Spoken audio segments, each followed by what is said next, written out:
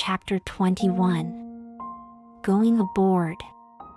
It was nearly 6 o'clock, but only gray and perfect misty dawn, when we drew nigh the wharf. "There are some sailors running ahead there, if I see right," said I to Queequeg. "It can't be shadows, she's off by sunrise, I guess. Come on." "Avast," cried a voice, whose owner at the same time coming close behind us, laid a hand upon both our shoulders, and then insinuating himself between us, stood stooping forward a little, in the uncertain twilight, strangely peering from Queequeg to me. It was Elijah. "Going aboard?" "Hands off, will you," said I. "Looky here," said Queequeg, shaking himself. "Go way." "Ain't going aboard, then?" "Yes, we are," said I. "But what business is that of yours?" "Do you know, Mr. Elijah, that I consider you a little impertinent?" No, I wasn't aware of that," said Elijah, slowly and wonderingly looking from me to Queequeg, with the most unaccountable glances. "Elijah," said I, "you will oblige my friend and me by withdrawing. We are going to the Indian and Pacific Oceans, and would prefer not to be detained." "Ye be coming back afore breakfast?" "He's cracked, Queequeg," said I. "Come on." "Holloa," cried stationary Elijah, hailing us when we had removed a few paces. "Never mind him," said I. "Queequeg, come on." But he stole up to us again, and suddenly clapping his hand on my shoulder, said, "Did ye see anything looking like men going towards that ship a while ago?" Struck by this plain matter-of-fact question, I answered, saying, "Yes, I thought I did see 4 or 5 men, but it was too dim to be sure." Very dim," said Elijah. "Morning to ye." Once more we quitted him, but once more he came softly after us, and touching my shoulder again, said, "See if you can find him now, will ye?" "Find who?" "Morning to ye." "Morning to ye," he rejoined, again moving off. "Oh, I was going to warn ye against, but never mind, it's all one, all in the family too. Sharp frost this morning, ain't it? Goodbye to ye. Shan't see ye again very soon, I guess, unless it's before the grand jury." And with these cracked words he finally departed, leaving me, for the moment, in no small wonderment at his frantic impudence. At last, stepping on board the Pequod, we found everything in profound quiet, not a soul moving.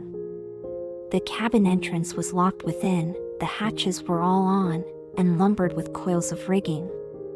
Going forward to the forecastle, we found the slide of the scuttle open. Seeing a light, we went down, and found only an old rigger there, wrapped in a tattered pea jacket. He was thrown at whole length upon 2 chests, his face downwards and enclosed in his folded arms. The profoundest slumber slept upon him. "Those sailors we saw, Queequeg, where can they have gone to?" said I, looking dubiously at the sleeper. But it seemed that, when on the wharf, Queequeg had not at all noticed what I now alluded to, hence I would have thought myself to have been optically deceived in that matter, were it not for Elijah's otherwise inexplicable question. But I beat the thing down, and again marking the sleeper, jocularly hinted to Queequeg that perhaps we had best sit up with the body, telling him to establish himself accordingly. He put his hand upon the sleeper's rear, as though feeling if it was soft enough, and then, without more ado, sat quietly down there. "Gracious! Queequeg, don't sit there," said I. "Oh, Perry dude seat," said Queequeg. "My country way won't hurt him face." "Face," said I. "Call that his face? Very benevolent countenance then, but how hard he breathes, he's heaving himself. Get off, Queequeg, you are heavy, it's grinding the face of the poor. Get off, Queequeg. Look, he'll twitch you off soon. I wonder he don't wake." Queequeg removed himself to just beyond the head of the sleeper, and lighted his tomahawk pipe. I sat at the feet. We kept the pipe passing over the sleeper, from one to the other. Meanwhile, upon questioning him in his broken fashion, Queequeg gave me to understand that, in his land, owing to the absence of settees and sofas of all sorts, the king, chiefs, and great people generally were in the custom of fattening some of the lower orders for ottomans, and to furnish a house comfortably in that respect, you had only to buy up 8 or 10 lazy fellows, and lay them round in the piers and alcoves.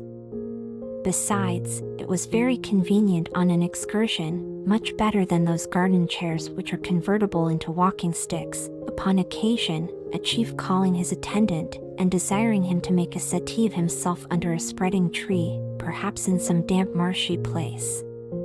While narrating these things, every time Queequeg received the tomahawk from me, he flourished the hatchet side of it over the sleeper's head. "What's that for, Queequeg?" "Parry easy, killy, oh. Parry easy." He was going on with some wild reminiscences about his tomahawk pipe, which, it seemed, had in its 2 uses both brained his foes and soothed his soul, when we were directly attracted to the sleeping rigger. The strong vapor now completely filling the contracted hole, it began to tell upon him. He breathed with a sort of muffledness, then seemed troubled in the nose, then revolved over once or twice, then sat up and rubbed his eyes. "Holloa," he breathed at last, "who be ye smokers?" "Shipped men," answered I. "When does she sail?" "Aye, ye are going in her, be ye?" "She sails today. The captain came aboard last night." "What captain?" "Ahab?" "Who but him indeed?" I was going to ask him some further questions concerning Ahab, when we heard a noise on deck. "Holloa!